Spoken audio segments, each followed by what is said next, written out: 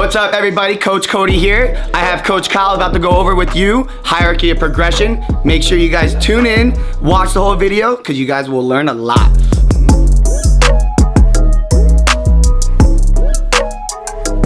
Alright guys, we're ready. Alright guys, so today's going to be a short one, not too bad, but it's going to be a lot of very useful information. Okay, so hierarchy of progression as a coach, and this will benefit also the athletes in your gym to help them out with assessing themselves whenever they look at the workout. All right, so hierarchy of progression, we have MCI for the ones.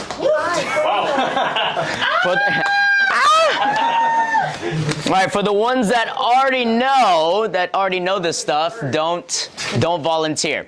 All right. So what do you think the M stands for in the hierarchy of progression? Motor mechanics. For the ones that already know, raise your hand. Raise your hand. Oh, raise your hand. All right, we only one. Nobody knows the M. Wait. Nobody else here. I don't have my notes. Nothing. I said money. Mobility. What'd you say? I said money. Oh, she said money. All right, incorrect. There you go. All right, so Anthony got it right. It's mechanics. Okay. All right. So, whenever you're looking at a movement, when you evaluate a movement and you want to progress an athlete, or you want to give them a different cue, or you want to give them, I'm not going to say the others, I almost said it too. All right. Mechanics is always number one, is top priority, right? We want to be able to get them to move well in an air squat, right? With proper feet placement on the floor, heels grounded. Okay, chest nice and tall, and of course hitting the standard is what we're going for, right? If we can't do that without any tools, that's great. But of course, use the tools that you have, a target box, a target med ball. All right, that's always number one. Mechanics. If you get mechanics right, it's safe, and it's also effective. There you go. All right, it's also effective, and also, what's the other E, Anthony? Since you're on a roll, what's the other E? It's effective and there you go. All right, so when mechanics are good, we maximize efficiency in the movement, right? All right. So now, once an athlete has all the mechanics, what is the next thing that we can challenge them? What's the C, except for Anthony? Who else? Who else can get the C? So, air squat. We're going to take the movement of the air squat. I have all the mechanics down for the air squat. What's the next thing I can challenge or evaluate the athlete on? What is the next one? Control. Control. What else? Consistency. Mike, what's up, man? Damn, Mike. It's Jeopardy, bro. All right, so consistency, right? We want to be able to see if that athlete, so questions you want to ask yourself or the athlete, are you doing your mechanics consistently? Are you seeing their mechanics consistently? As a coach, when you walk by seeing these same movements, again, we're going to take the air squat, all right? Are they maintaining consistency in their mechanics? You as a coach, are you having to re-coach that same movement again, right? Is that being consistent if you still have to correct that movement every time, different days? Are they doing it every day where you don't have to reiterate yourself every time? All right, so another question on that, are they able to move consistently, all right? So we're gonna take the barbell clean, right, for this instant. All right, are they the same movement pattern? What other same movement pattern can we mimic barbell clean? Dumbbell clean. Dumbbell clean. Are they same movement pattern, right?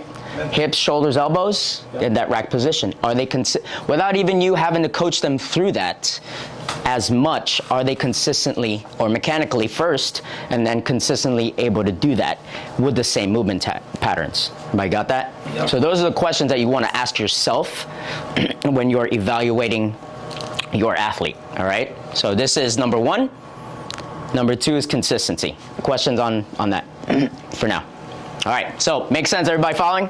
And then of course, what's the I? I think everybody knows the I. I want Natasha, what is it? It's not Instagram. Huh? Insensitive? That's what we don't want. Remember, we want to be sensitive. We don't want to give burpees to everybody that comes late in class, right? All right. All right, so what's the I, Mike? I think you know. Me? You're on a roll, man. I was thinking how to cook. What is it? Intensity. All right, intensity. All right. Oh, yeah, you did the same thing. I wanted somebody else to answer instead of. All right. Hey, no. I didn't hear him actually.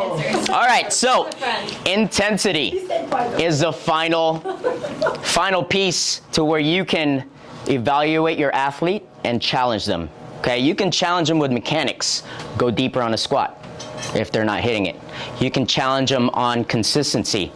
Hey, you're inconsistent in getting to that below parallel or hip crease below the knee on that squat, right? Then after all that, intensity, you need both of these elements to be able to push them in intensity. Makes sense? So intensity, what are ways that we can increase intensity in movements? Okay, what kind of reps? Not no reps, that's for sure. Not no reps. That's a good. That's good. All right. So. I know, not no reps. So reps. We don't do not no reps. Not bad reps. Like a high. We don't do no reps. High reps, right? Speak up. You gotta speak up. All right. What else? What else? There's more than one. Wait. Raise your hand. Raise your hand. Load. You said load. Increase load. Increase load. Can I just get the Next. minimizing recovery time? Minimizing recovery time. That's really more for Short rest. yeah, short rest. Okay. I'll add that last. Yeah. Yes. I'll let everyone else go before I give this one. All right. Who else? Who else got one? Logan. Why did you raise your hand? Time. Right. Time or You ready? going faster. Right?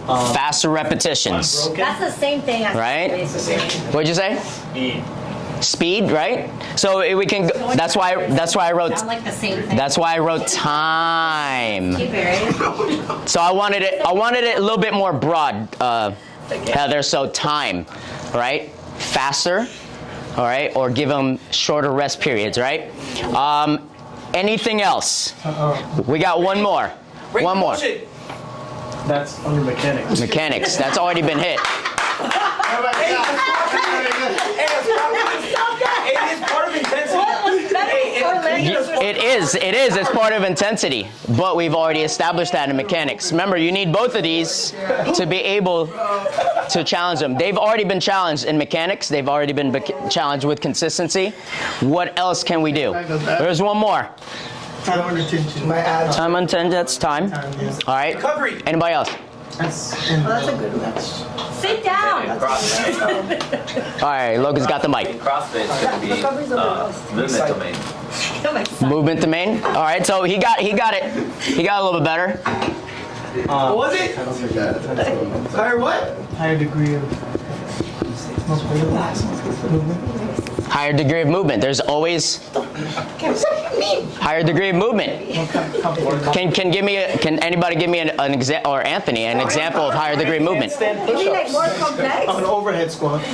Ring handstand push-up. All right, wait. Who wants to go? So such as the simple movements as squat clean, power clean. What other movements such as gymnastics? How about gymnastics? Push jerk, push press. Do that too, right there. So higher degree of movement can be anything, right? Just like intensity can be any of these. All right. So push press. We can put them upside down for a kipping handstand push-up. That's a higher degree of movement, not with just body weight, right? All right. So or a higher degree of gymnastic movements. There's always a higher degree. Okay. Question is, would the difference between a ring muscle up and bar muscle up be considered as intensity, higher degree of movement? Or would that be more just a factor? So can anybody answer that for me? I know Storm can and Logan can. What is the right answer? I don't know. I'm 50-50 on that. What is the right answer? I'll give Storm. He's thinking. He's not sure. It's a good question. Pass it on to Logan if you don't know. Good question. If anybody knows, go ahead. The question is, would the difference of difficulty between a bar muscle up and a ring muscle up be considered as higher degree of movement? Are you swinging that mic? Yes, 1000%.